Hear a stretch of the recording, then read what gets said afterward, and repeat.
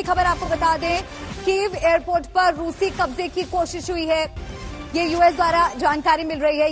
Kyiv के बाहर इलाकों में धमाके की खबर मिल रही है और वो तस्वीर भी आपको हम दिखा रहे हैं। रूस यूक्रेन जंग पर इस वक्त की ये बहुत बड़ी खबर। पुतिन ने साफ तौर पर ऐलान कर दिया है कि यूक्रेन में सैन्य कार्रवाई होगी। पुतिन ने कहा कि अगर यूक्रेन पीछे नहीं हटता है तो जंग होकर रहेगी।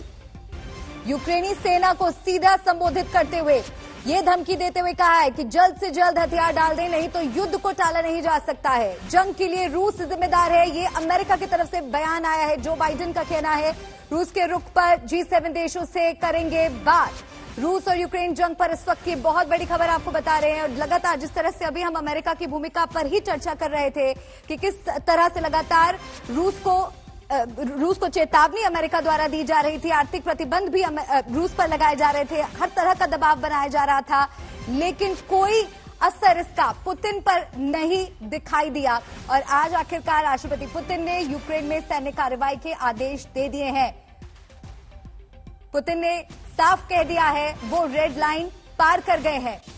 ये जो बात पुतिन द्वारा आज गौरव कही गई है वो रेड लाइन पार कर गए हैं, इसके क्या मायने, क्या संदेश देना चाह रहे हैं पुतिन?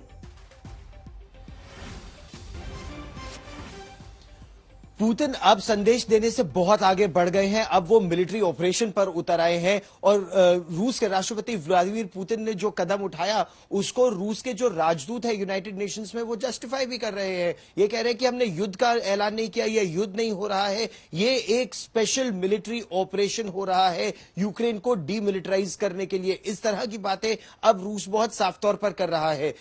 एक ऐलान जंग जो हुआ है वो एक क्षेत्र में सीमित है, डॉनबास के क्षेत्र में, लेकिन जो अभी अभी आपने खबर बताई जो अमेरिका का दावा है कि कीव पर कब्जे की भी कोशिश है, ये पूरी तरह से बड़े एयरपोर्ट्स, हर बड़े एयरपोर्ट को अपने कब्जे में जो भी देश दूसरे देश में जाता है वो लेना इसलिए चाहता है ताकि एयर स्पेस पे कंट्रोल हो जाए, कोई दूसरा देश वहां लाके अपने ट्रूप्स या अपने हथियार या कोई और मदद नहीं कर पाए। और एक बहुत टिपिकल मिलिट्री ऑपरेशन को टेक्स्ट बुक स्टाइल में अंजाम यहां पर दिया जा रहा है। जब डॉनबास के क्षेत्र में पहले बमबारी और गोलाबारी बड़ी तरह से सिविलियन लोगों को वहां से हटाया जा रहा है, फिर रूस के राष्ट्रपति ने सीधे तौर पर यूक्रेन की सेना को संबोधित किया। सेना को संबोधित करने के बाद उन्होंने ये कहा कि हथियार डाल दो। डॉनबास रीजन को वैसे ही कहते हैं कि ये रूस का हिस्सा है, पारस्परिक इनके संबंध रहे हैं, ऐतिहासिक। और अब पूरी तरह से यूनाइटेड नेशंस में भी रूस इसको जस्टिफाई करने की कोशिश कर रहा है, ये कह के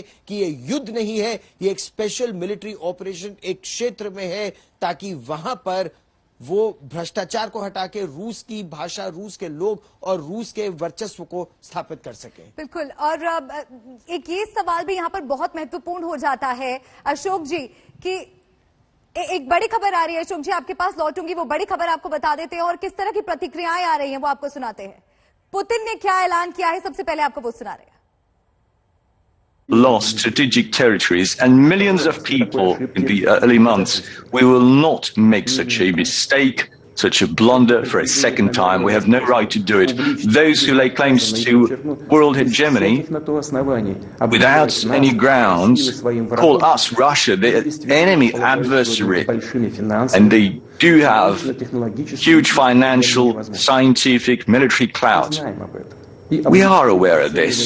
When we objectively assess the threats against Putin ने अमेरिका को सीधी धमकी दी है और तस्वीर भी हम आपको दिखा रहे हैं किस तरह से वहां पर एक बम विस्फोट भी हुआ है। यूक्रेन का साथ देने पर नतीजा भुगतना होगा, ये रूस के लिए जिंदगी और मौत का सवाल है, ये कहा गया है पुतिन द्वारा। वो रेड लाइन पार कर गए हैं। तो स्थिति इस वक्त बहुत तनावपूर्ण वहां पर हो गई है। यूक्रेन के सामने एक बहुत बड़ा खतरा, हम हर तरह के परिणाम के लिए तैयार हैं, ये भी पुतिन ने कहा है। मंजीत नेगी मेरे साथ जुड़ गए हैं। पुतिन की ये धमकी अमेरिका को सीधे तौर पर एक स्पष्ट संदेश कि वो यूक्रेन के साथ जो रूस का मसला चल रहा है उससे दूर हो जाए। मंजीत,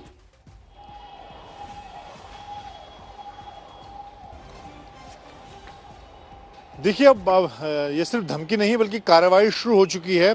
जिस तरह से यूक्रेन की तरफ से जानकारी दी जा रही है कि जो रूसी मिसाइल हैं उन्होंने हमले शुरू कर दिए हैं रूस के यूक्रेन के अलग अलग शहरों पर, खासतौर से कीव जो राजधानी है, उसके अलावा 3 से 4 जो बड़े शहर हैं उनको मिसाइल सिस्टम से टारगेट किया जा रहा है। और क्रीमिया और बेलारूस या और दूसरे जो इलाके हैं और जो जिन 2 देशों को रूस ने कल मान्यता दी है उनके जरिए चारों तरफ से एक तरह से रूस ने पिछले काफी लंबे समय से यूक्रेन को घिरा हुआ था और अब एक तरह से जो जिस बात की आशंका थी वो सच साबित हुई है। और इस तरह की लगातार अब खबरें आनी शुरू हो गई है कि अलग अलग शहरों को रूसी मिसाइल और दूसरे हथियारों से टारगेट किया जा रहा है।